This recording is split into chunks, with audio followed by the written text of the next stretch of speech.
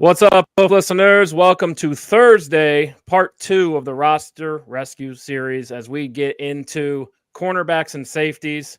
If you missed us last week, we got into receivers. This week, corners and safeties. It's funny because last week was really fun, right? Like everyone knows about these receivers, talked about them basically ever since the season ended, talking about receivers in the draft, right?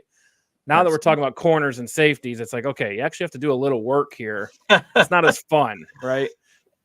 Especially because I don't think anyone's really sold that the Bills should take a corner or safety in round one at least. Right. It's a position where we could use an upgrade. We can definitely use depth, but it's not a dreamy, high impact, high popular position to take. So it's fun to watch. I mean, a couple of years ago we would have said the opposite, right? Before taking Kaiir Elam, we wanted a cornerback in the first round.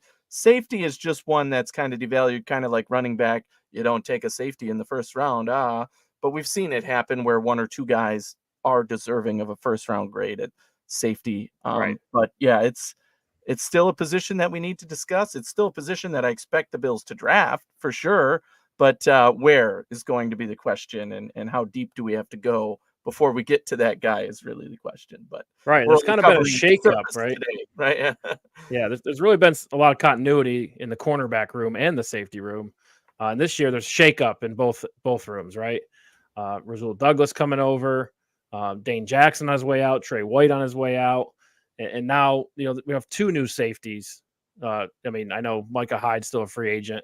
Nobody wants to really say the word retired, but that still remains to be seen. But looks like two new safeties as well. So like a whole new secondary going into next year is what it feels like, right? I know Benford's coming back. I know Rasul Douglas is coming back.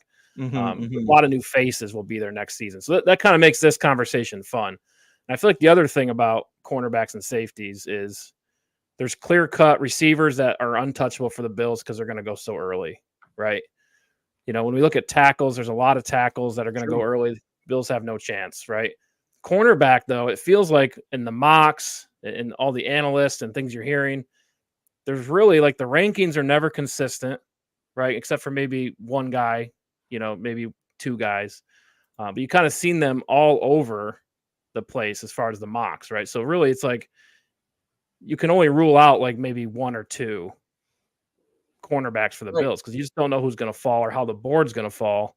Especially because it feels like cornerback and safety is another one of those positions that's kind of being devalued a little bit, in comparison to some other positions. But you never know. Like I feel like if there is a position that's going to fall in the draft, it's going to be corner this year, right? Would you agree with that? Probably, yes. With the stacked offensive linemen and the wide receivers, you expect that there's going to be a run on those guys and the quarterbacks, right? I mean, there's 4 or 5 now that we're discussing in round one at quarterback, which is insane. That's going to push really defensive players in general, I think, a little bit because of the runs that could happen. Obviously, you sprinkle in some edge, you sprinkle in some defensive tackle, but I feel like cornerback. And I do still believe that there's, the top cornerbacks are going to go early, right? They're not going to fall down the board. But really, maybe some of these guys going third, fourth, fifth cornerback off the board that would normally in any other year get drafted in the first round could get pushed to the second round, which could change things a lot for, any team drafting, but the Bills especially. Maybe not looking to draft a corner in the second round, but if one falls and you're like, God, we had a first round grade on this guy, you can't not take him there, right? And that would be not exactly a scenario I want to see happen, but it could happen, right? And it wouldn't necessarily surprise me because they're going to stick to the way they have their guys graded and say, Right. this is too much of a value here in a situation like that where it can still upgrade your team, Right, and taking a first-round corner, I mean, you'd like a guy drafted in the first round to start, but it looks like that won't be the case this year, right? With Christian Benford, kind of he's the guy, right? For that, I mean, you want to call him CB1 or CB2, Rasul Douglas as well. I mean, he's going to start. So really, you're looking for a rotational type player, and then maybe somebody who can take over the position in year 2, right? And I think if you're picking at 28, the value it feels right there, right? If you're looking for that type of player. But if you draft early or trade up for a corner, something like that, you expect them to start right away. And I really don't think that's a need for the Bills right now. Yeah, agreed. I mean, you don't need. I still think 28 is too high to take cornerback or safety, unless it's again one of those top guys who falls. But I still don't think with who's going to be on the board, I don't think that's going to happen. But you never know. So could it happen? Yes. Although I've seen a few mocks where I'm like, there's no way they're taking that guy in round one at this time. Be it a cornerback or a safety, especially given who else is on the board and goes in the next few picks. I think that's the biggest part. I think there's just going to be other guys there that the Bills like and that can affect this team immediately more, have more of an impact right away than a cornerback or safety might. But in round two, all bets are off. If the guy is there, we know they're going to do what they can to get him if they have a guy that they really like who's still there. Sure, and I think the guard Torrance comes to mind, right? Because he was kind of mocked to be a first rounder, falls to the second. Bills get him, and he's a starter, plug and play starter all year long, right? So if there's that type of value out there in corner in round two, I think it's absolutely on the table, right? And that goes for safety as well. But I think it all starts with Bobby Babich's defense. Bobby Babich's defense. Say Bobby Babich 10 times fast. Yeah, exactly. And how he's gonna, how he's gonna change McDermott's defense. We saw a lot more blitzing last year. We know McDermott's an aggressive guy, and really the storyline from last year for the defense was they did a lot with a little. I think with McDermott and in years past, they kind of play as a unit, right? It's not necessarily like let's line up this corner on this star receiver and have them follow. Not a lot of man-to-man, right? It's just they play within the system. It's bend, don't break, right? Play downhill, meaning you come up and make the tackle. So it'll be interesting to see how that changes with a new defensive coordinator who's also been there with McDermott, right? Every step of the way, he's been there with McDermott. I think he mentioned 9 years with Sean McDermott. But young guy, trying to prove himself as a coordinator, right? They're all trying to get head coaching jobs. His dad's a longtime coordinator, also been a coach in lots of different, like high school, college, and the NFL, right? So that comes into play as well. What do you think we'll see from Bobby Babich?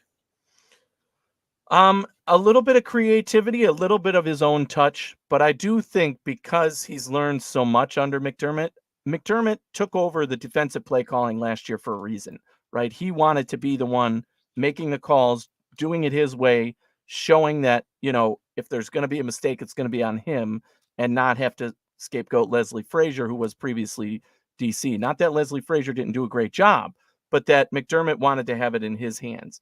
The fact now that he's trusting Babich tells you that two things. One, he sees the potential in Babich. Everything we hear about the guy is like he is just a leader in the room. Like he gets the guys to listen to him. And obviously he knows football and has a nice pedigree of football in his family. But the fact that McDermott is willing to give the defense, or whatever you want to say, to make Babich the leader of the defense, tells you that he knows he's going to run a similar system and run it the way that Sean McDermott would like it to be run. It doesn't mean it's going to be all Sean McDermott's way.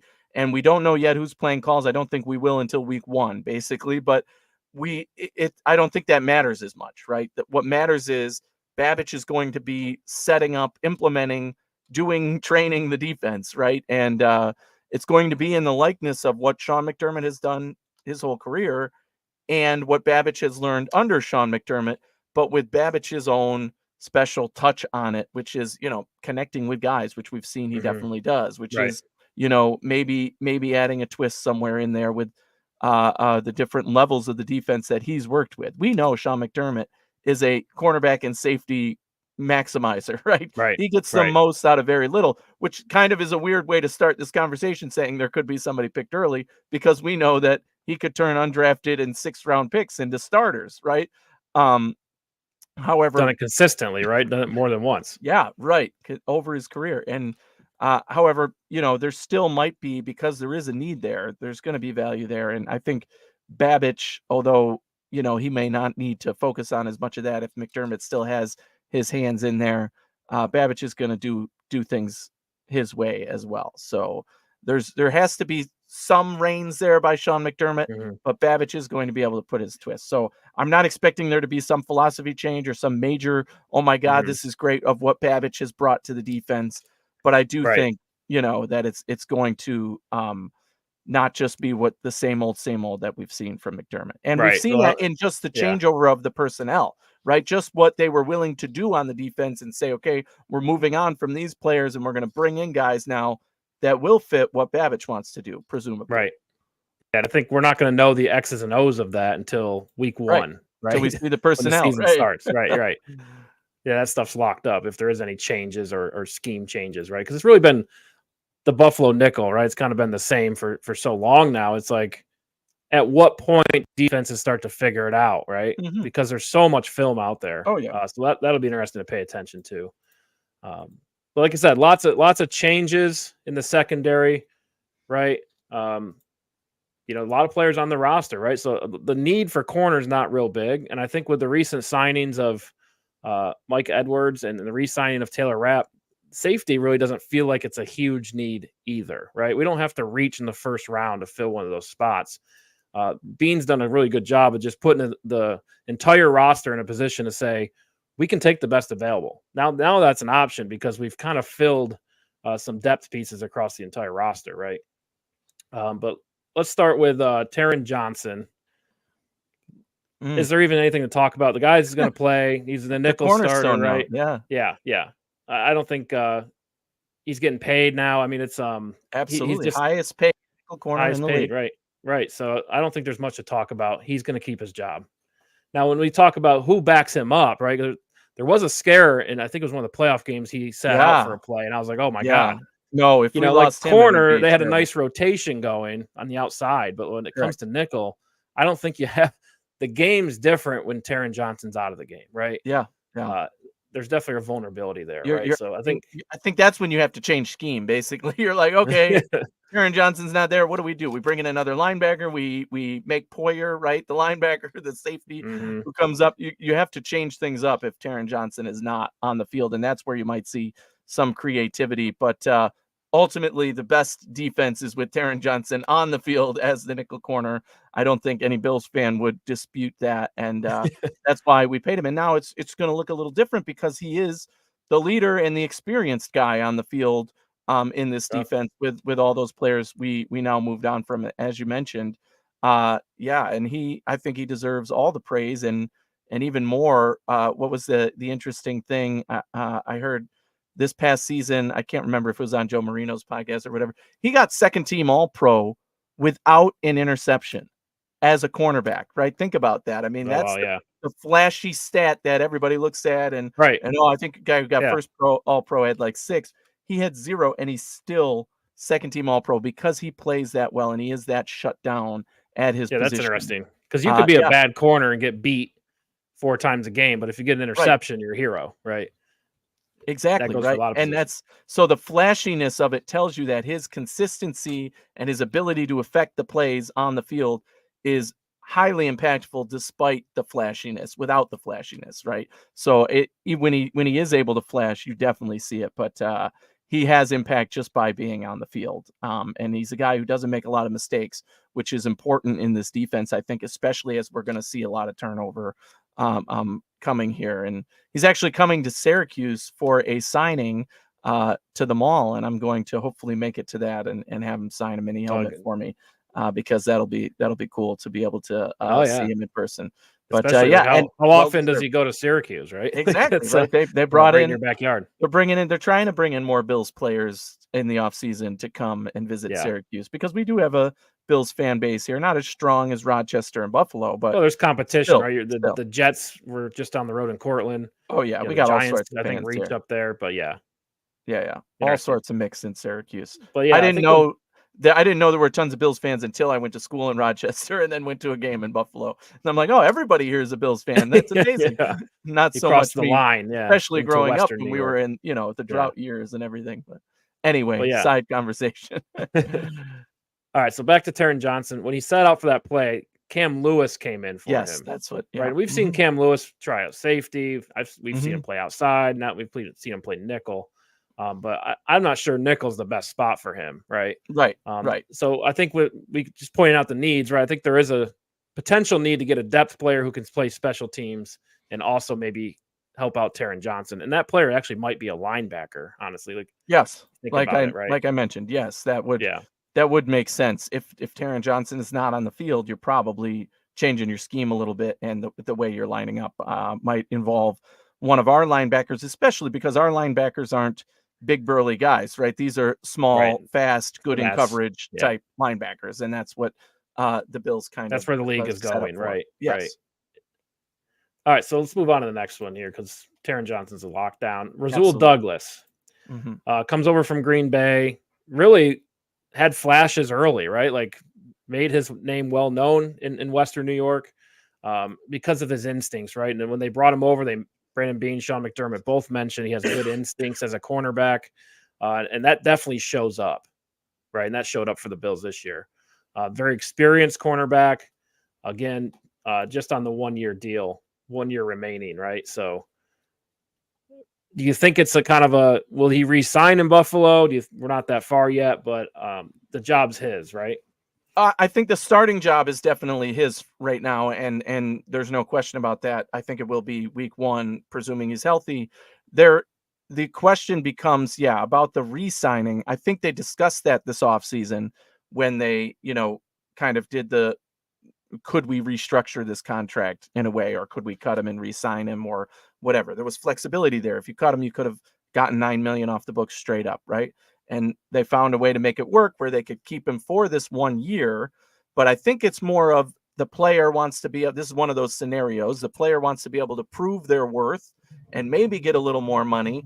And the team is saying, well, we want to know that you're going to be the right guy for that position before we pay you, because we're tight on money as it is. So we're not going to just pay you without knowing you can be the guy. And he's a little older as well. So I think that factors in there too, that even if he has a good season, let's say he has the same type of play he did last year, which I would say is very good and impactful and, good enough.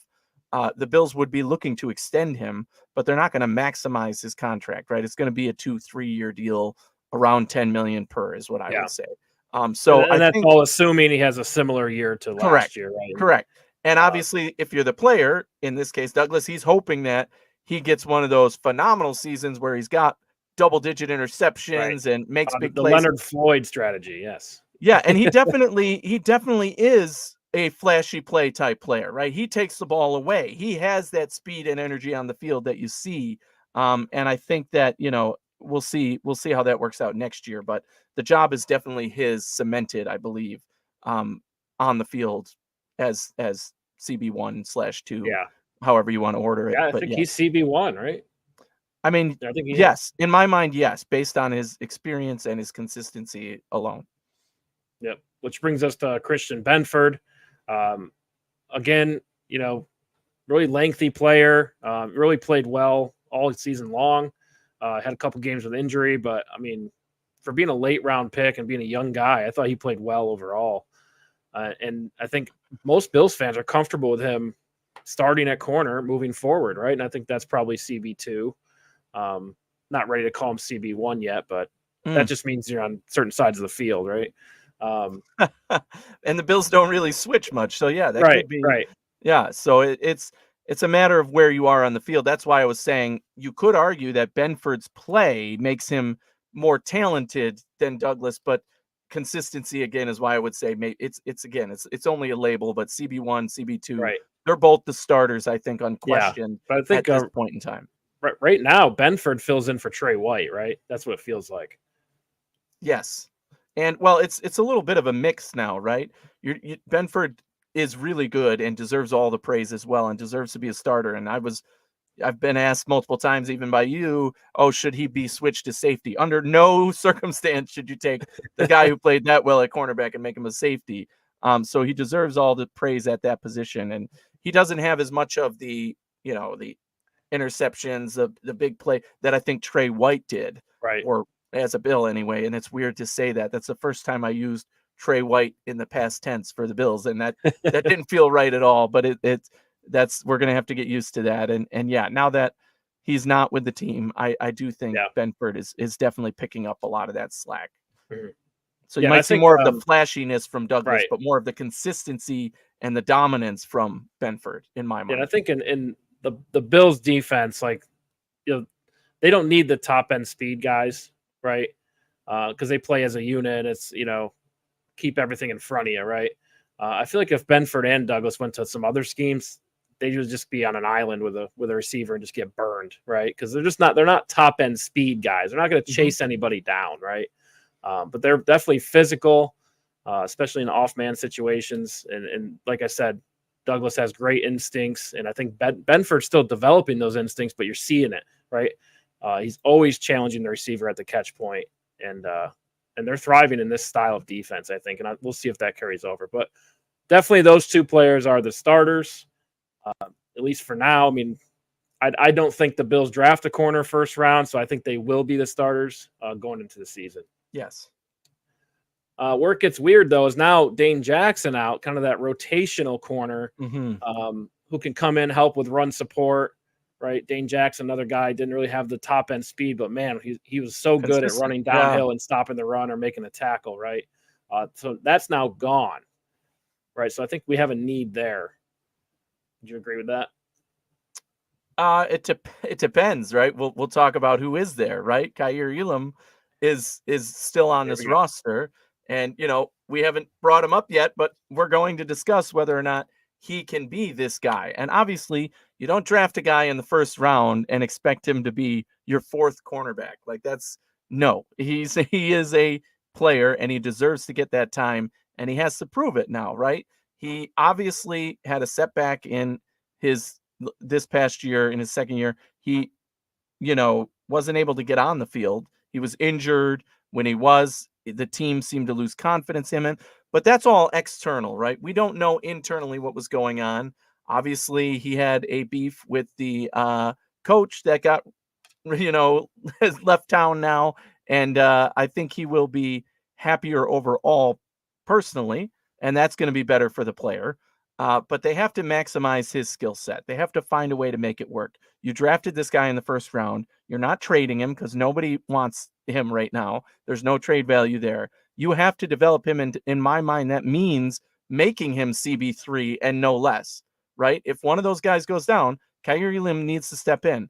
And quite honestly, when we've seen Elam on the field, he has that type of impact, right? We see the flashy plays. He made that play in the playoffs. He made, when he was playing more consistently in his rookie year, he made plays and was able to hold down the position. He made mistakes as well, but I do think that there's enough talent and room for growth there that he would be an absolute solid CB3. I think when they drafted him, they intended him to be, CB2.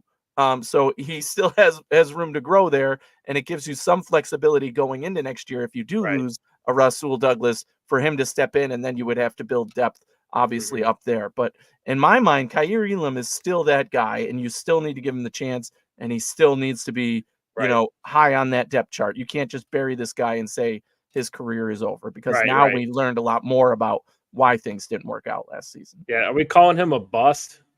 A lot of people are, but I'm not. Well, he's drafted high, and he really hasn't played a lot. I mean, what do we really know about Kaiir Elam? Yeah, right.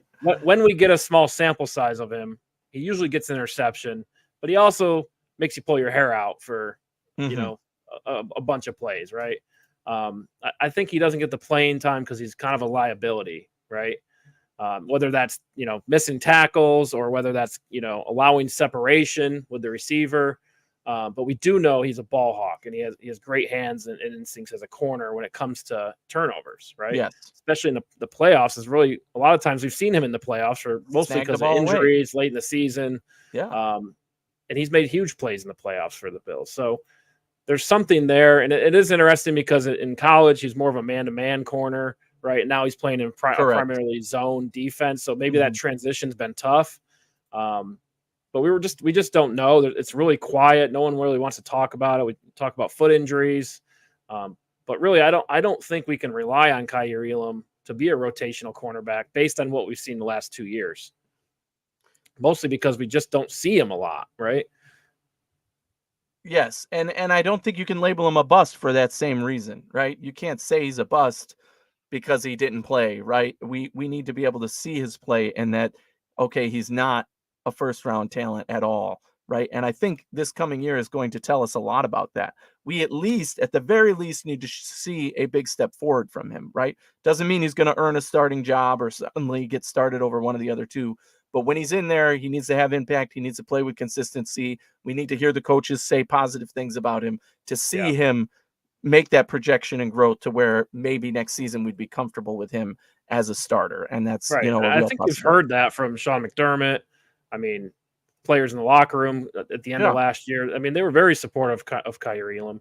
And some of it could be Kyrie Elam needs to put the work in.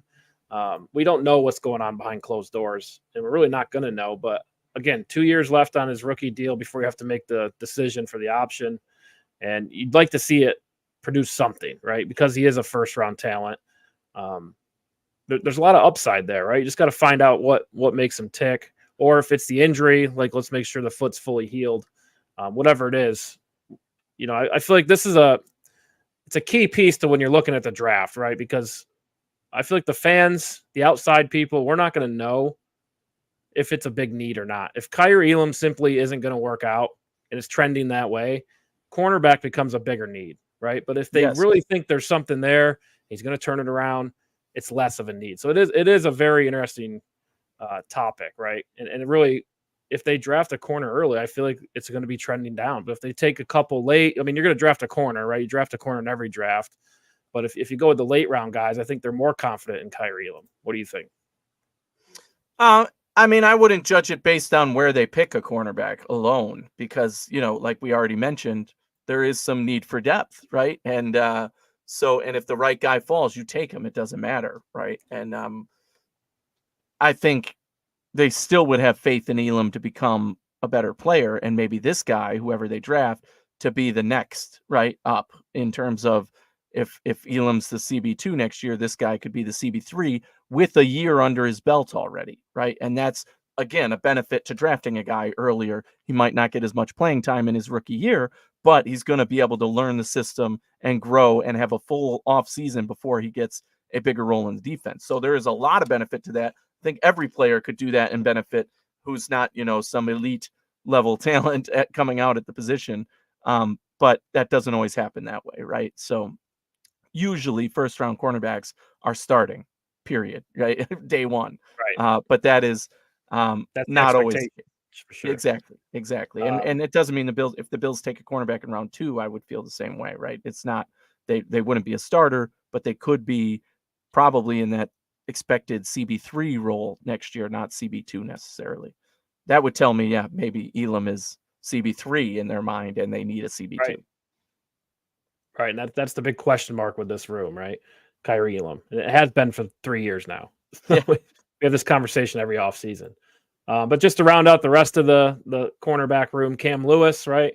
I think everyone's familiar with Cam Lewis, kind of like we talked about earlier, just kind of fills in, right? But plays a lot of different positions, a lot of versatility there. Jamarcus Ingram, local guy. Haven't seen too much, but he has made the roster, right? He was a futures deal, I believe. He was on the practice squad, right? And I believe that they have a lot of faith in him coming up as well. It seems like they learned a lot about him in the preseason last year, and they're like, okay, this is a guy we want to keep around for this very reason, knowing we're going to need depth, knowing that, feeling like he got the system and he contributes and we like the way he's playing on the field. Obviously, no other team signed him away. So I feel like, yes, that indicates to me that he's a guy they want to keep around and see what he can become in this defense. I actually think he could make would be a big thing. Exactly. I do think he could make the roster this year instead of being just a practice squad guy. Yeah, and he'll be competing with a rookie most likely, right? Yep, and that's it. And then Cyron Brown, who I think is just kind of a training camp body, but we'll see how he does. If you're good at special teams, you'll make the team as a corner at the lower depth of the roster, right? Let's switch over to safety. Taylor Rapp, we talked about him a little bit already this year. Re-signs with Buffalo, and I think everything points to he'll fill that Micah Hyde role. Things ended on a high note for him, right? Big pick in the Miami game. But again, you're used to watching Micah Hyde. There might be some He gives Yeah. up plays here and there, right? That's something we know Right. about him. So is it a slam dunk that it's his job? No. Tough to say. Tough to No, say. I don't think so at all. I don't think so at all. The contract tells us that, right? It's not. I think that he will be in competition. Now, is he he's definitely the front runner, no doubt about Yeah. that. He's got an experienced Well, I feel year like in his the system. contract says he's going to be a starter. I wouldn't agree. I think that they're saying you're more of a value. We want to keep you, but we're not handing you the job, right? And I think that means a lot because I did not fall in love with Taylor Rapp as a Bill, right? I think he still has a lot to prove to me in terms of what I saw was he was given a lot of opportunities when Poyer or Hyde would go down, and I didn't like what I saw out of him from a, you know, making boneheaded plays, giving up big plays, penalties. He was talked about as somebody who could be the successor, right? Be the next guy up. And that's why we signed him. And you know, he could have been a starter, but he came to Buffalo to be the successor. But I was not in love with Rapp this season, and I think he still has a lot to prove to me. Now, obviously, the coaching staff saw something maybe at the end of the year where they're like, okay, now we've seen you can be more consistent. You've cut down the bad plays, the big plays, and the boneheaded mistakes, and maybe we can trust you a little more. But I think that comes with one of those, you know, high reward, high risk situations, and I don't want that in a safety. By definition of the position, Right. you want somebody who's a Got to be safe. reliable. You want a Right. safe bet, not a guy who's like, oh, I'm either going to take away the ball or it's going to be a touchdown. I don't know. You know, that's definitely not how I want to feel. So, Rapp, not my favorite, but he's going to be on the team. It's always good to have somebody who has a year of experience to build on, and I think that the team knew that as well. Okay, if we're going to completely scrap the safety room, then we're going to have a problem. So we'll bring Rapp back as at minimum he will still be that third safety who comes in at times and Right. spells the others. Rotational. Right. Yeah. Yeah. Well, yeah. Which brings us to Mike Edwards, coming over from Kansas City. Did a lot for their team, right? And if you go back to his Tampa Bay years, he also had a lot of big plays for the Tampa Bay Buccaneers. But he's a hard one to pin down because he's very versatile, right? I think he could play free safety or strong safety. I've seen him come down in the box a lot. He can play the nickel position from the safety. Mhm. So really, Mhm.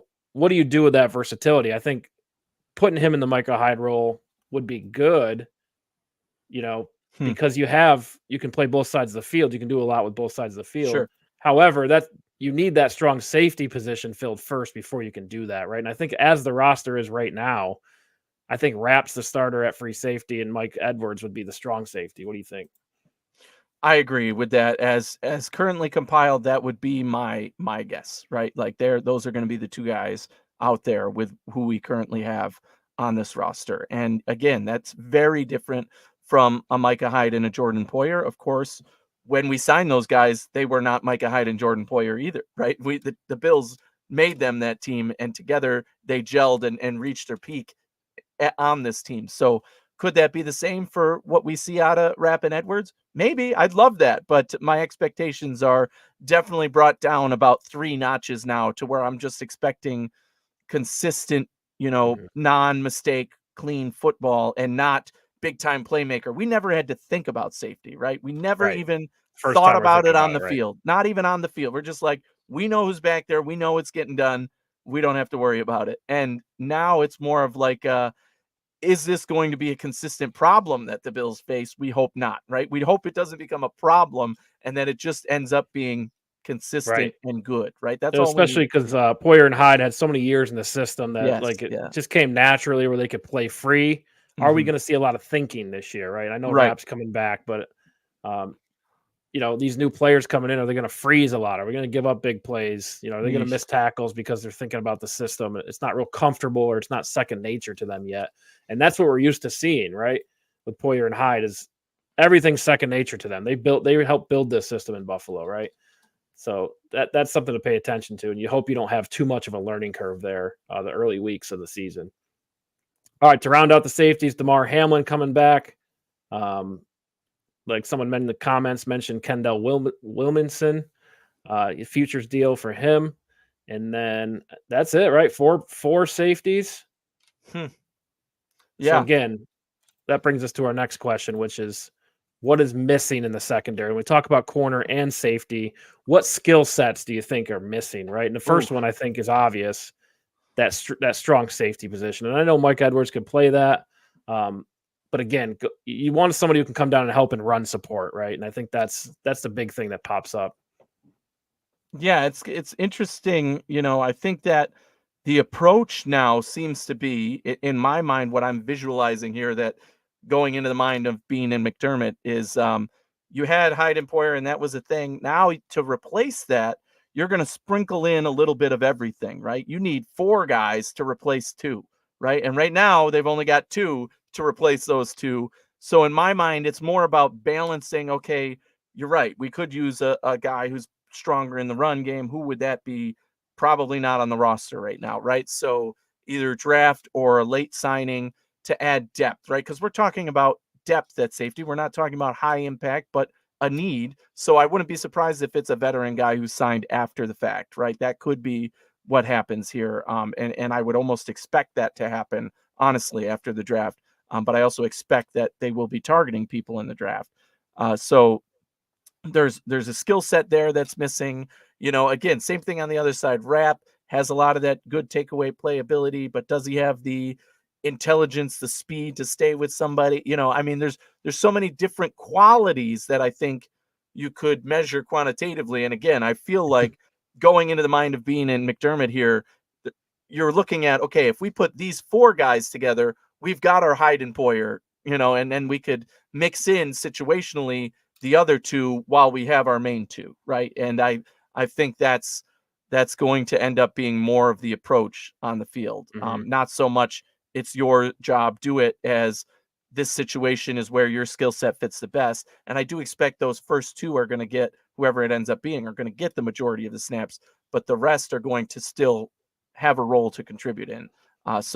Yeah, how that ends up playing out is one of the biggest questions I have remaining, for the Bills at this point in time. Is, there's still moving on from those 2 stalwarts, and having uncertainties makes me Yeah, nervous, right, about what's going to happen right. here.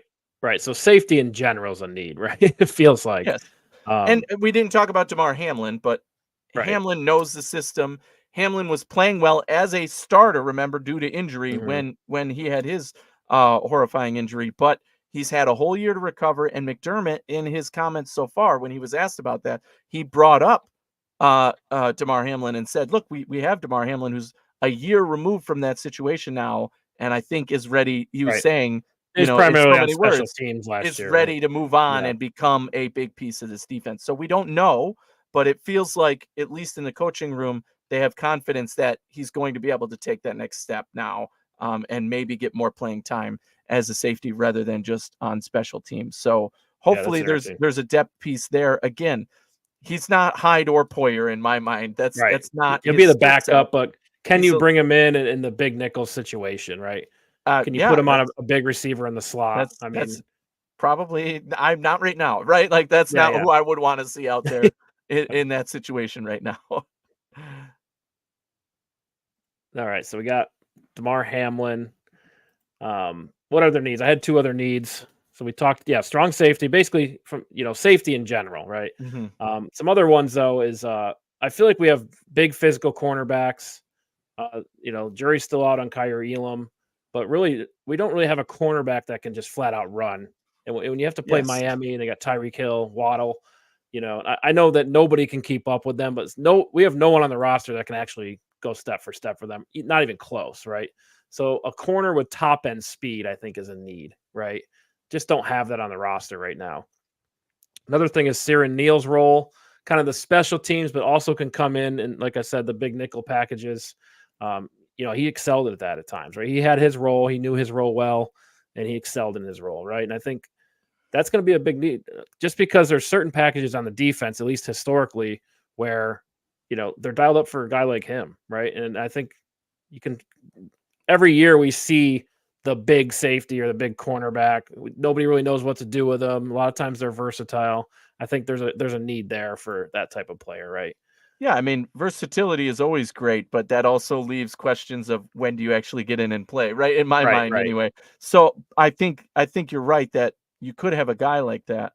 I also want to mention that we've said a couple times in the show, special teams contributions, special teams contributions. Special teams is going to look a little different now with that rule change, right? We didn't Also get a true. chance to talk about that yet, but how the rosters change through training camp, through getting used to this kickoff rule, and into the first week of the season is going to be interesting. The most interesting thing around football, I think, this offseason, because that is a major rule change shift in our lifetime, and I think it could affect who you want getting the snaps on special teams. Obviously, you're still going to have, punt situations and everything else on special teams. There's 4 phases, right? So, but that kickoff is a key one. And now you're looking at different bodies, at different traits. Do Right, you right. need the Saran How Neal important is type a kick impact? returner now? You're right. Yeah, exactly. It's super important in my mind, but now it's becoming more valued, and the kickoff itself and those speed guys, the gunners, are probably less important. Maybe you want tackling bigger bodies out there, Right. rather than that. So, Yeah, good point. but it's going to be interesting to see how things shift, and that's going to be what I'm keeping my eyes on all off season, not just with the Bills, but every team, because there's going to be different approaches, It's a which big change, it right? kind of makes this fun, right? You want to be the first team to quote unquote figure it out, and oh, they put this alignment of 3 big guys over here and the little guy over here, the speedster, and that's going to be, and I'm sure they're going to take things from where they've seen it before, in these other leagues where it's been implemented, and kind of Yeah. use that as a baseline, but it still changes the effect of the roster Yeah. and who you And have on your now that roster. I've sat on it for a while, I actually like the change, right? Because you still get the excitement of the return, right? And you likely will reduce injuries Yes. because they don't have to run as far, so you Hmm. don't build up speed. But it is an exciting thing. The excitement of the kick returns back in the game, right? And Yes. that's why I like this change. I think it's a win-win for both sides. But it's going to be really fun to watch. I don't think it's. I mean, it'll be exciting if there's a lot more kickoff return touchdowns, right? Because it feels like that wall is pretty thin, right? If you hit the wall right, you can get through pretty easy compared to the other defensive styles on the kick return. So that'll be interesting to see if that goes up. Um, It and that can should, right? impact That's games, right? And if it starts that's impacting games too much, that becomes negative, right? But it's just interesting because, like the XFL, whatever, the talent level's not the NFL, right? So when you put the best athletes out there, what's it look like? Will it yeah. look similar? Um, will there be as many returns? Will there be less? I mean, a lot of question marks, but I think it is a good step in the right direction for the NFL overall. Yeah, yeah. So again, the whole point there, because we're talking about cornerbacks and safeties in this episode mainly, Right. those Sierra guys Neal. who were special teams specialists, if you will, who also had depth roles, now might shift a little bit as well. Whereas a bigger body, might be a more Right. A special guy like teams type Sarah player. Neal, right? Yeah. Um, yeah. So and also kick returner, punt returner, as we mentioned. Right. And the Bills have a need there too. So Yeah. Yeah. exactly. Bob mentions we need someone that can cover a tight end. Yeah. This is true, right? Hmm. Hmm. And this just brings me back to the Gronk days when nobody could cover Gronk, right? They tried everything. Trey White was on Gronk. We've had safeties on Gronk. Everyone tried to cover Gronk, and it never worked. Yeah. But now that seems to be Kelsey. Who do you match up on Kelsey. Yeah. Kelsey? There's Poyer, right? Poyer and Hyde, right? Come to mind. Hmm. Hmm. You need that. You're gonna need a player that can match up with Kelsey, right? If we think this team's going back to the playoffs and actually has a chance to get to the Super Bowl, which I think we all do, that's a key piece, right? Covering the tight end. That's going to be a big one. Yes. Yes, agreed. And the tight end seems to be moving toward a more Travis Kelce-esque than he's a one-of-a-kind athlete, obviously, but I mean a receiving tight end who does a lot in the pass game rather than just, a blocker who can catch passes occasionally. Even from where we came, with good tight ends in the past, the Tony Gonzalez's and those type of guys who were receiving, they were still fit into this box of more tight end. Mhm. Whereas tight ends now are wide receiver fours, basically, right? And different body, different build, different skill set, but more action on the field in terms of getting the ball and making plays. And because of that, yeah, I do think that is a past under Sean McDermott with how do we cover the tight end with our defensive scheme. And I think there's historically, if you look at the numbers, the Bills give up big plays to tight ends, but they don't. They're actually one of the better teams at covering tight ends. So I think that has to do with, like you were saying, scheme fit. How do you match up for different guys, right? With a Kelsey, it's we need to put a safety and whoever's covering him on the play, the cornerback, whatever, on him, and make sure there's communication there with the motion that he makes. And then the same thing, we've tried linebackers in the past. Put Milano in coverage on him. Yeah, that's probably not going to work because it's a big mismatch, right? Right. But point being that you scheme for the player based on the offense they're in and hope that that works out. But I agree that you could use somebody always that's like, okay, this guy, be it whatever it may be, fast and strong enough to cover a tight end, is the right fit for that. Finding that guy, though, is the hard part because the whole league struggles with covering Travis Kelce and Gronk and those types of guys. It's almost a team effort, but he's still going to get his, right? Yes. And the Bills do a pretty good job of containing him, like you said. Just a couple blown coverages last year. But yeah, like you said, he's going to get his stats, but that's what you're playing up to, right? That's what you got to build the defense around, right?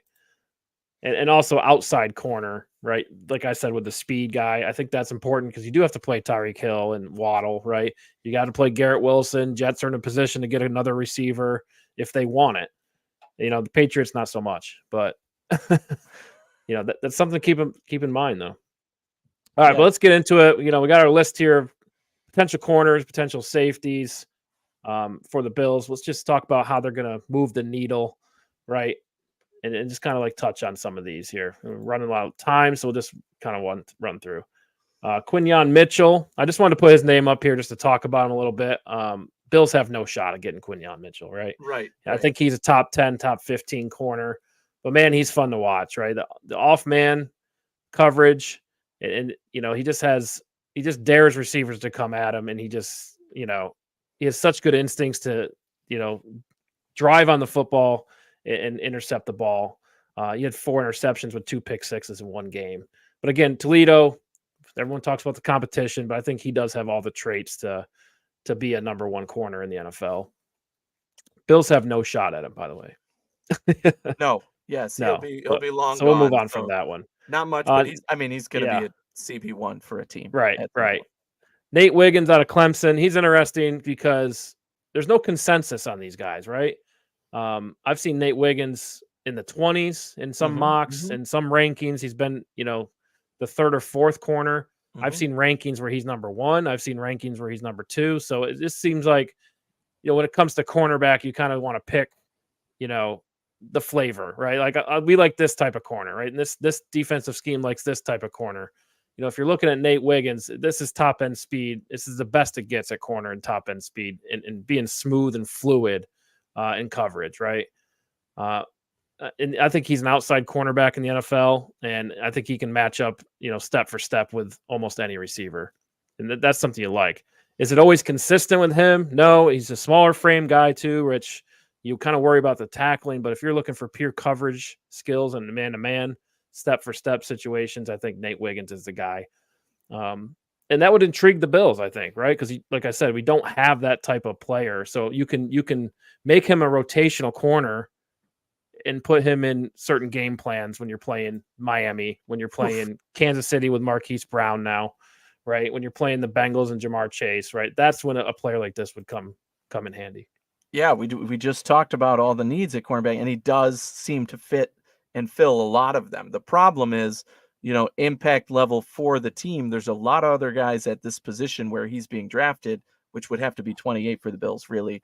That I just, my hope is that, honestly, my hope is that he gets drafted before the Bills, and that means there's other talent on the board still there, right? So do you really want to draft a rotational player? Do you want to draft a rotational player in round 1? Exactly. I don't think the impact is there enough. Right. Yeah. But I agree that he could start day 1 as well for a team. If the right team drafts him, he's probably going to be out there as at least CB2 for them. Yeah. And there's a good chance he does go top 15, but just wanted to bring him up because there is some scenarios where he does fall down because teams like the Alabama cornerbacks and Terrion Arnold and Kool-Aid McChristy, which these 2 guys, I mean, they're very well known. I've seen Terrion Arnold as number 1. This comes down to defensive scheme, right? Both these guys, Terry Arnold and Kool-Aid McChristy, they don't have the top end speed, but they keep it tight in coverage, especially Arnold. He's step for step with most receivers. He's a little too handsy, right? He's like really, really handsy. He's gonna have to like learn to unhold people in the NFL. But again, a lot of people have said he should play slot. He should play nickel, just because in a lot of schemes, if you're on an island, he'll get beat deep. But there's a lot to like about Terry Arnold. He's just very fluid in his coverage, right? He's really agile, and when you watch him, he's always in good position. But again, I think he could get beat deep in the NFL on that level.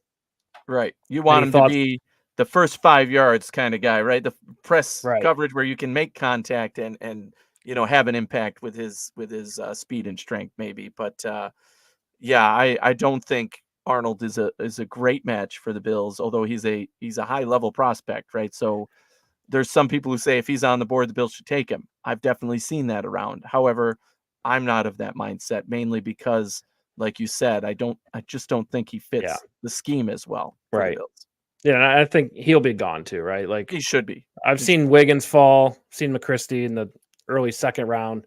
Mm-hmm. I think in most scenarios, I've seen Arnold going top 15 or 20, right? So I don't think it's an option for the Bills for Arnold, but I think McChristy's interesting because, or McKinstry, yeah, because Kool-Aid. I mean, his name is Kool-Aid. Yeah, because I see him around the Bills' range, right? In the rankings, in the mocks, he'll be there for them. I personally feel. Yeah, he could be. I agree with that much. At least there's definitely a few guys here who have been in discussions of being toward the end of the first round that could be on the board for the Bills. That if they really feel in love with one of these guys, they could pick them. However, again, I will repeat, that's not the scenario that I see playing out. I don't think that happens. Although I do think that maybe at least Kool-Aid and a few of these other guys will be on the board that would be good fits. I don't see us drafting them still. I mean, it comes down to how the Bills value them. But what do you like about Kool-Aid McKinstry?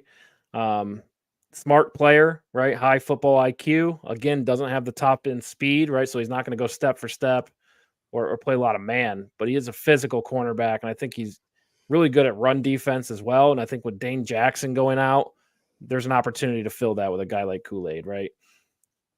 And again, I think Benford and Rasul Douglas, we're good at run defense, right? So I don't think that's a huge need. But if you're going to even think about taking a guy like Kool-Aid McKinstry, that's what you're thinking, right?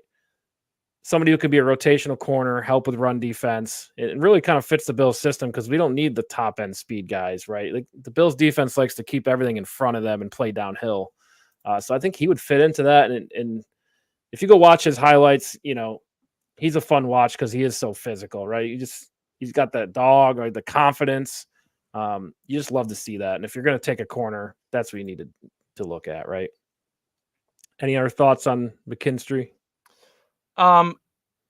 He's a debated guy in this draft. I'll say that much. I've seen him push to the late second round in some people's drafts and in the late first round in some. So to me, that tells you that there is some questionable attributes there of like, okay, is he a guy to get it done, right? He's not a consensus guy. And for me at cornerback, if the Bills are going to invest in that this early, it has to be.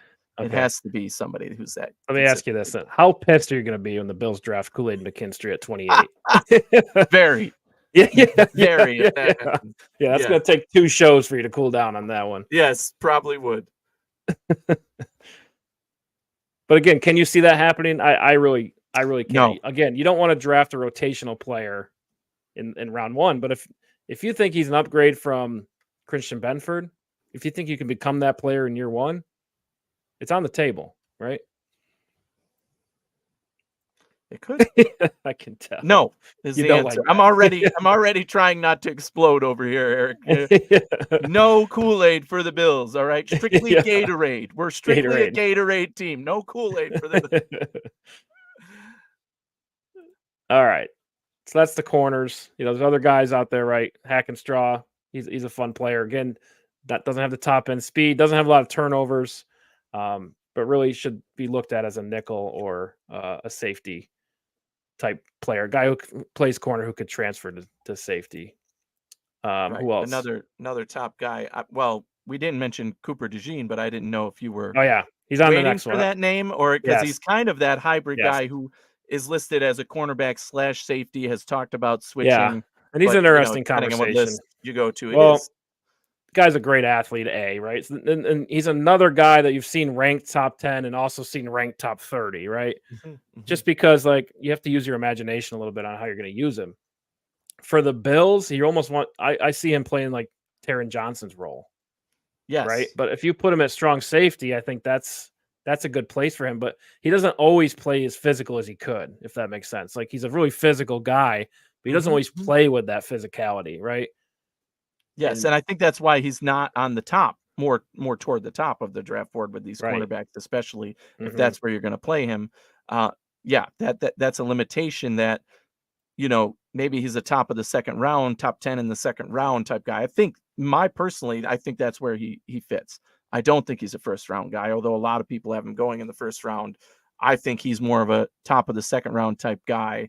And I've seen people who have interest in giving him to the Bills because he has that versatility, cornerback, safety, and because Right. he can do I mean, it's nickel and yeah. you'd love So that. If you have a first year defensive coordinator, like a player with this versatility, I think is yes, huge. You could yes, do a lot with him, right? but again, that being said, I don't think this is going to be ultimately a player the Bills end up with. I just think he's going to end up going higher than the Bills have him ranked, right? And if there is players who fall into the top of the second round that you're going to trade up for in that second round, then it's going to be more impactful players for this team than a Mhm, Cooper DeJean would be. Although I like the player, mhm. I think Right. he's going to find his role in the NFL. It might take a little bit because he's that hybrid, but he'll be at Well, least a good depth player I think he's on gotta for be a that. safety or a slot player. Yeah, On the yeah, outside, I think he's just gonna get burned, honestly. In most schemes, I think the Bills scheme, like I said, um, you don't need that top end speed guy so much, but still, we already have good players, that fill those similar type of roles. So I think if the Bills were looking at him, they're gonna look at him as a safety, mhm. right? And if you don't like it, I think you move on, honestly. You love the versatility and everything, but like it's really not a need you're filling. You're just going for the value. Maybe you see him filling in the future, but if you don't like him as a safety, I would pass on him. Yeah. That's why the conversations have been there. There's a few teams that I think he could fit nicely to that he's being mocked to in a couple that I've seen, but overall, yeah, I don't think he's the right player for the Bills. If Yeah, he's drafted, this is another one where I would be like, "Oh, okay, that's kind of a shocker," because yeah, I do think 28 is just too high for him. So maybe the Bills in that situation trade back and he's still on the board and they take right. him. That would still be a shock for me in the But they top of might the like him as a safety, right? And then I think a lot of teams do.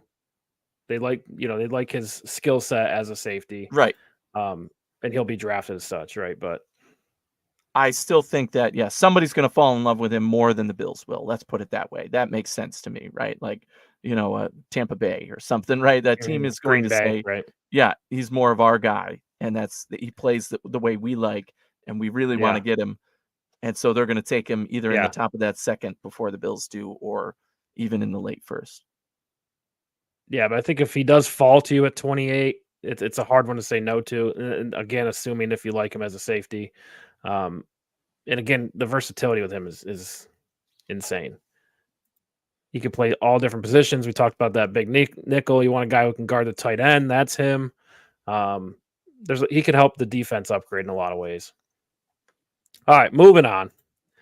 Tyler Nubin, who is listed as a safety. I think Cooper DeJean's often listed as a cornerback, but Tyler Nubin, highest ranked safety in most mocks and most rankings out of Minnesota. Basically, when I look at him, I think ball hawk, Hmm, hmm. right? Makes plays all over the field, right? Kind of the two deep safety or single high. I think he can do some of that stuff. I would like him better as a free safety over a strong safety. Um, but again, all his films all just highlights, right? Because he's a ball hawk, right? He makes all kinds of crazy catches out there.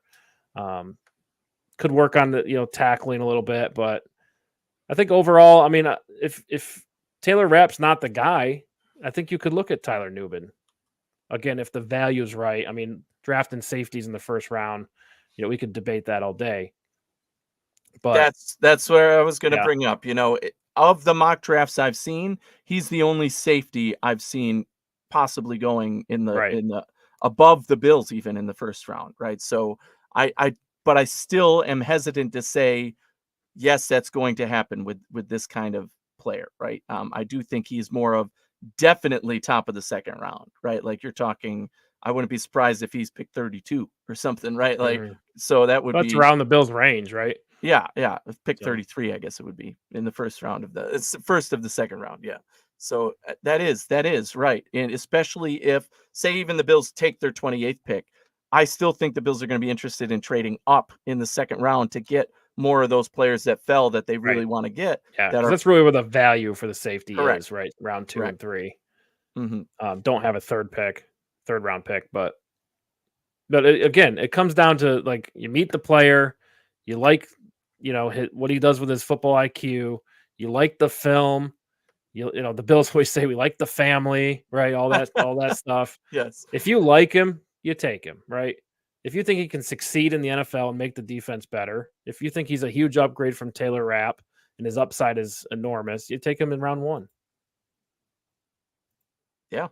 I think that could happen. If he goes in round 1, it will not surprise me, but I still think his best value is top of round 2.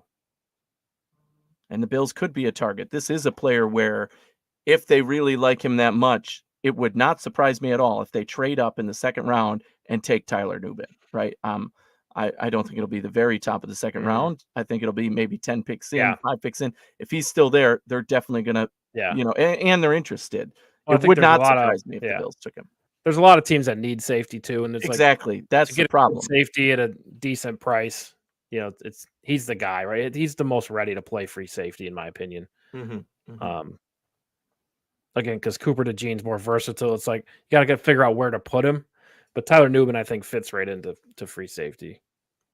All right, moving on. Jaden Hicks out of Washington State. Just wanted to bring him up because I feel like he's that strong safety player, right? That we talk about, the Poyer type player, extremely physical in the run game.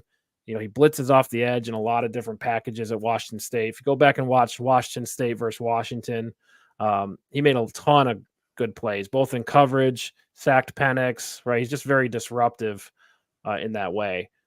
Don't think he's going to be a top cover guy, and that's why he falls to round 2 or 3. Mhm. But again, if you're looking for like that Jordan Poyer type skill set, who can almost be a linebacker, right? Even one play he was lined up at linebacker. Um, that's him, right? Jaden Hicks out of Washington State. So I don't know if you would move Mike Edwards. If you draft Hicks, he might need a little time to develop, right? And we're talking round 2 now. I don't think he's a first round guy. Yes. Um, he might need a little time to develop, but you have Mike Edwards, you have Taylor Rapp. He could be maybe a rotational safety who could also play the big nickel role at times and maybe be special teams. Like you said, maybe they meet. If you wanted a more physical special teams player, Jaden Hicks could play that role as he evolves into the starting strong safety role, right? Yes, I think this is more of a project high talent level type guy, which in my mind almost it's hard to say, but devalues him, right? We know we've seen Sean McDermott take these lower level, non-drafted, 6th round pick type guys and turn them into stars. So why spend such high value when we know there's going to be other people there, whether it's wide receiver if the Bills don't go there, interior offensive line, defensive line, we could go on and on, right? I don't see the investment in a guy like Hicks making as much sense for that reason. I've seen him mocked to the Bills in the second round, but I, I personally, he's not one of my favorites. That's like, okay, this is a safety that would make sense, because I default to no. Sean McDermott can do that same thing with a 6th round guy, right? And that isn't always going to happen. That isn't always going to be the case, but Risky. you Yeah. feel like it based on the history. And Hicks, I think, will ultimately develop into that quality safety player. But I don't know that I would want the Bills to invest that capital and knowing that it's going to be a little bit of a build and a Right. project. But I think we could argue that, strong safety is becoming one of the bigger needs for the Bills, right? They signed another defensive tackle today, right? So now you're getting that depth there.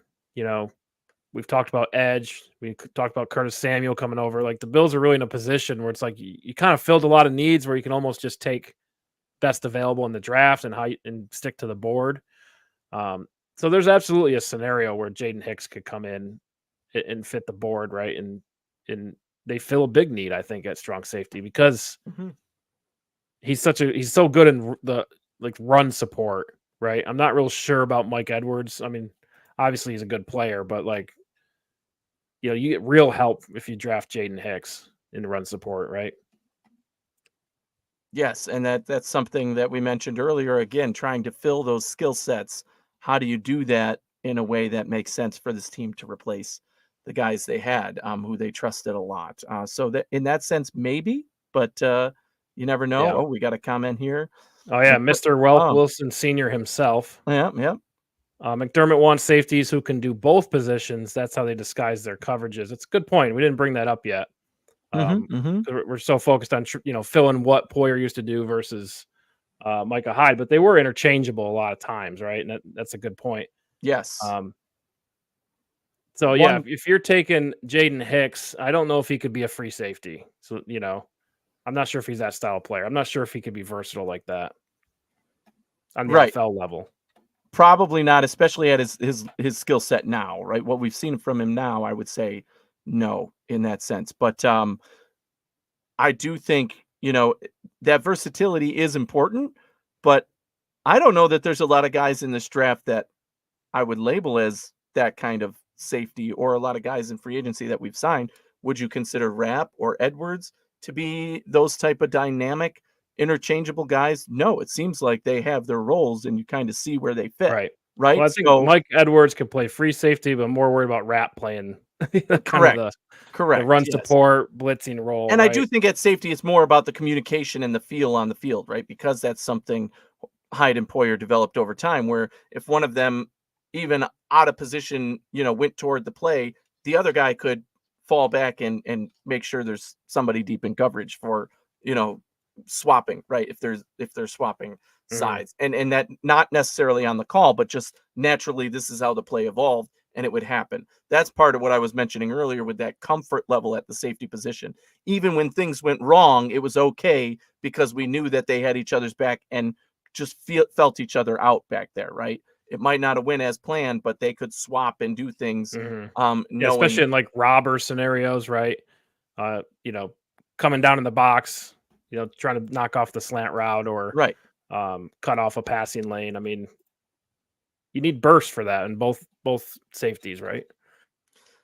Yes. And I think that's where, again, we don't know how this defense is going to shift, but in my mind, that's where there's the biggest room for change now. Is you're replacing two guys who were such stalwart. You're going to see a change. Babich has worked with them and knows, how he wants to implement and move forward with the position, as does McDermott, right? We know McDermott trains these guys and is a safety whisperer. So he will be involved as well. But I think that's where we are going to see a shift, not necessarily away from versatility because you like the versatility, but just in terms of the bodies you have on the roster and what we can see in terms of that versatility. So they're going to have more defined roles than versatile roles. I think they still have versatility, but we're going to know. Do they want to? How much too deep safety do they want to play? A lot of the league is going that way, right? So it's almost like the skill set of a free safety, but also who can quickly transform into a run support player. So it's that'll be interesting to pay attention to because I feel like the Bills didn't play a lot of too high. I have to go back and look, but it felt like it's more disguise based, right? It's more trying to blitz off the edge, cause disruption, put pressure on the quarterback to get rid of the ball fast, and less about trying to cover deep. So we'll see if that changes because a lot of the league has gone to the too deep safeties. So that really makes an impact. If you're trying to do more of that of coverage type defense, then that really impacts who you're looking at in the draft, right? All right, last player here, Cameron Kinchins. think I'm saying that right. Kitchens. For Cam the longest Kitchens, time, yeah. I thought it was Kitchens, but Kitchens, yeah, and dining rooms. No, yeah. Well, it's funny because Kitchens. this player, he was the top-rated safety early in the draft process, Yes. right? Yep. Back in Mhm, November, mhm. December. But I think people got around to watching more of him, and you realize there's incredible athlete, lots of turnovers, right? Makes a lot of plays with his athleticism, but maybe gets beat on like jukes or disguise coverages or disguise offenses, like um, you know, he'll bite on a fake a little too often, right? So it's eye discipline. That's what I'm trying to say. So I think that's really what's pushed him down boards, but he's still an incredible athlete. And if you can get him, um, the Bills don't have a third pick, but if they end up trading up in the third round, I think that's where he'll land. You could get a good player, right? Especially, in coverage situations. I think that's his best trait. I don't know if he's a big run support type player. I think he can work on tackling a little bit. But again, if you're looking to upgrade free safety, maybe not right away, but in the future, you could stash Kitchens on your team, and I think he could turn into a good player in the next few years, right? Yeah, and early on, I was seeing him mocked to the Bills in round 2, but now it feels like, yeah, more of round 3 would be the comfort level. Of course, the Bills don't have a third round pick. Maybe they could acquire one, or we'll see. But I was just looking up like where he falls in people's rankings of safeties alone, and I've seen him down as far as 10, like 8 to 10 range, which is interesting because, yeah, again, coming out, we thought this was going to be one of the top guys, talent wise, but it wouldn't. Again, this is a guy where if the Bills draft him, I'd be like, "Man, okay, right?" I'm not excited about it, but I'm not. I could see why they would bring in that player. I could make an argument for skill set and need, but it really is I'm going to be upset about who else was on the board. Let's put it that way, right? So this would be We all when know they you're going take to be him, if they upset if take it's not a him. receiver, if Well, he's whoever it not going that is. early, so hopefully we already have the receiver and we have some flexibility to take a safety. But who would I think I like the other options better, in terms of fit for the Bills. Of course, I have no idea which direction they're going, in safety, as our conversation is kind of alluded to, right? There's different ways they can go. Maybe they do want strict versatility. Well, you're probably not going to get that in one of these top guys that we've named, or they want to go for, strictly speed or strictly power, at the position to do more of what I was talking about before, where they're piecing together the safety room based on the skill sets they have and what they need, and where they value what they need. So I could see that again too. One of the guys you didn't mention that I've seen mocked to the Bills a lot is Bullard, Javon Bullard, Mhm. from Georgia. Georgia. Yeah, so I mean, he's a guy that I think would, again, he's kind of that middle ground guy where there's different takes on him that say, he can't cover enough ground, for example, right? He's too slow in his stride and motion. But what I think the Bills will like about this type of player specifically is his football intelligence, his football IQ, his ability to react on the field. It almost comes effortless to him, right? He sees the play and is able to react to it. But in terms of the speed and coverage, that's where he lacks a little bit. Mhm. And so, He's more on. of He's undersized, right? Is a big concern. correct. Now, if you're undersized and a good tackler, or as Bobby Babich himself would say, he's a football player, then size Yeah. doesn't matter so much. But I think Bullard has he's inconsistent as a tackler and he's Yeah. undersized, right? So Right. that turns a lot of people off. I think he's still ranked pretty high, right? What do you got on your ranking? Still here. Let me see. I was just looking at that top 10 list. I've seen him as 1 for safety overall in on some list. I think ESPN still has him as the number 1 overall safety. Yes, they do. So, but I've seen him down toward, 4 to 6 range at least, right? So, I haven't seen him go below that. Yeah, I think he's a definite second round talent is basically where I've seen him, yeah, go in mock drafts. yeah. He's been pretty consistent there. And then the Bills, like they'll take an undersized guy, right? But I think Certainly. I'm You not sure if trade he would. Is he an upgrade from the current safeties you have? And can he turn into an upgrade of the current safeties Yes. you have? I don't think Yes. so. So But ultimately, what this conversation is telling me is what I knew coming into the season that we talked about on our show before, all this conversation, before the Super Bowl, basically, right? Was that, do the Bills have a need at safety? Yes. Is it a major concern of mine, mainly because of the swap of what we're losing and what we'll get? Sure, maybe, but the reason I'm not as concerned about this position or upgrading this position is because we know Sean McDermott can turn you and I into Pro Bowl safeties, right? And I Yeah. think, Well, me. I don't know about you, but me. hey, I'm the smaller guy. I think I fit more of the safety. You could play linebacker, but anyway, I do think, the point being, Sean McDermott is the safety and cornerback whisperer, and because of that, I think that even the guys we've discussed, they have skill sets, they have talents, they're going to be drafted in the top 2 rounds. Should the Bills draft a safety or a corner in the top 2 rounds? My answer is no, because I think that if you take that 4th-round guy, that 6th-round guy, that Sean McDermott and this defense and now Bobby Babich can get the most out of them to make them a rosterable player, to make them a contributing player, and maybe eventually a starter or a star, right? So I just don't believe that investing that high in round 1 or 2 is going to pay off the way that makes sense to me over some of these other positions like wide receiver, like offensive line, like defensive line, that you need to emphasize a little more in my mind. So Yeah. that, I think, Well, devalues it. All the players we talked yeah. about are great. They're all prospects. They're all going to be drafted in the first 2, maybe 3 rounds. But is there enough confidence there for me to say that's the guy I want them to pick, or that guy would be great in a Bills uniform? No, is my answer to that. And ultimately, I hope that's the way it goes, is they turn away from drafting safety slash cornerback and ends up with other players that fall in their lap. So Right. hopefully the other teams draft all the safeties and cornerbacks, and then we can get the rest. Well, I disagree with you on safety. Like corner, I agree. I don't think this is the time to take a corner early, right? I think you're looking for a rotational player. You have your starters, but I feel like safety is something, rounds 1 or 2, depending on how the board falls, you get the right guy, right? But safety, you need to reset the safety. You've had these 2 safeties for so long.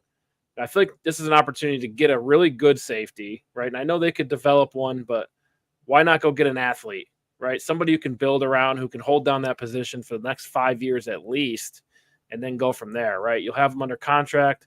You get that continuity back. And how often, I mean, you can only do so many scrubs, train them up to be starters. Let's go get an athlete, right? That's where I'm at with the safety position, right? Let's hold that down for 5 Sure. years. We got our guy, going to be the starter. We can rotate the other safety, or find value and train somebody up. But Again, I'm not totally against drafting a safety early, but I'm more against drafting a corner early. right. So let me rephrase that in a little bit, right?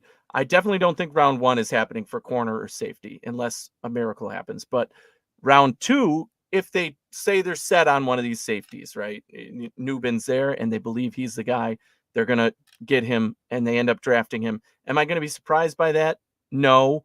Am I going to be happy with it? Not necessarily, because I think that I'm going to justify saying there's offensive linemen I want there. There's defensive linemen I want there. There's so many other positions that I think could contribute more now, that would be more impactful now than taking a safety there. So could they do it? Yes, I do believe it's in play, but I'm hoping that other talent is there, and that's who they end up going with to build that depth, and they find another way to answer the safety issue. Because like I said, I do think ultimately they're going to end up signing more veterans in the safety room and having them compete for, like, okay, who's going to be that extra depth third safety or whoever it may be, just on minimum contracts post draft, basically. Whoever ends up still being on the market. It's really just a matter of what they see the need and the fit for it being, right? And they might have already had some of those conversations. I alluded to that earlier in the on the show too, where if Brandon Beane has already had some of these conversations with these guys, right? Especially the more veteran players, the free agents that look like they could be fits for the Bills or that are interest to Sean McDermott and Babich's scheme. Beane has called and touched base and said, hey, we know you're a free agent. we have a need, we're filling that. We think you could fit in well here, but we're going to look at you post draft. So if you don't find anything until then, know that we're one of the teams who definitely are showing interest in you and want to bring you in, right? And they've done that with multiple guys, I'm sure. And so my expectation is safety will be one of those signings, regardless of if we draft a guy or not, post draft. Yeah, fair. And you're going strictly by the positional value. Yes. Right. If you find a guy you like, I think you take him. Right. That's just my thought, but that's why I'm not drafting. Right. That's why I'm doing podcasts instead. I think the Bills will do that too, but I don't know that they'll value safety more than some of these other positions. Right. And I think they've met with a few safeties, but really primarily they've been doing work with receivers. But that never really is a tell to what they're actually interested in. They're just doing their research, and so you just got to see how the board falls. And that's what it always comes down to, right? Last year it came down to Kincaid fell. I mean, a lot of people had him top 15, top 20. He falls past the 4 receivers, and then they trade up and get him. I mean, I'm sure there's a similar strategy on the table, but it really depends on who falls, right? So that'll be interesting to pay attention to. But draft just a few weeks away. Next week we go into part 3 of roster rescue. We're going to dial up the offensive line, any needs around that, review the current room, much like we did tonight with cornerbacks and safeties. And we're also going to touch on running backs as well next week, next Thursday, 7:30. Be sure to tune in with us for that. Be sure to hit that like button. And if you haven't already, subscribe to Built in Buffalo. It's been a great night. Thank you. Yeah, subscribe to the Hoof as well. Find us on all platforms. Follow us, interact with us. We always love that. You can always, shoot us a message or tag us in a post or something. I like responding to that kind of stuff. So definitely, we want to bring on that interaction and always love debating and talking with all of you. So we appreciate you tuning in as always. Thanks for kicking it with us.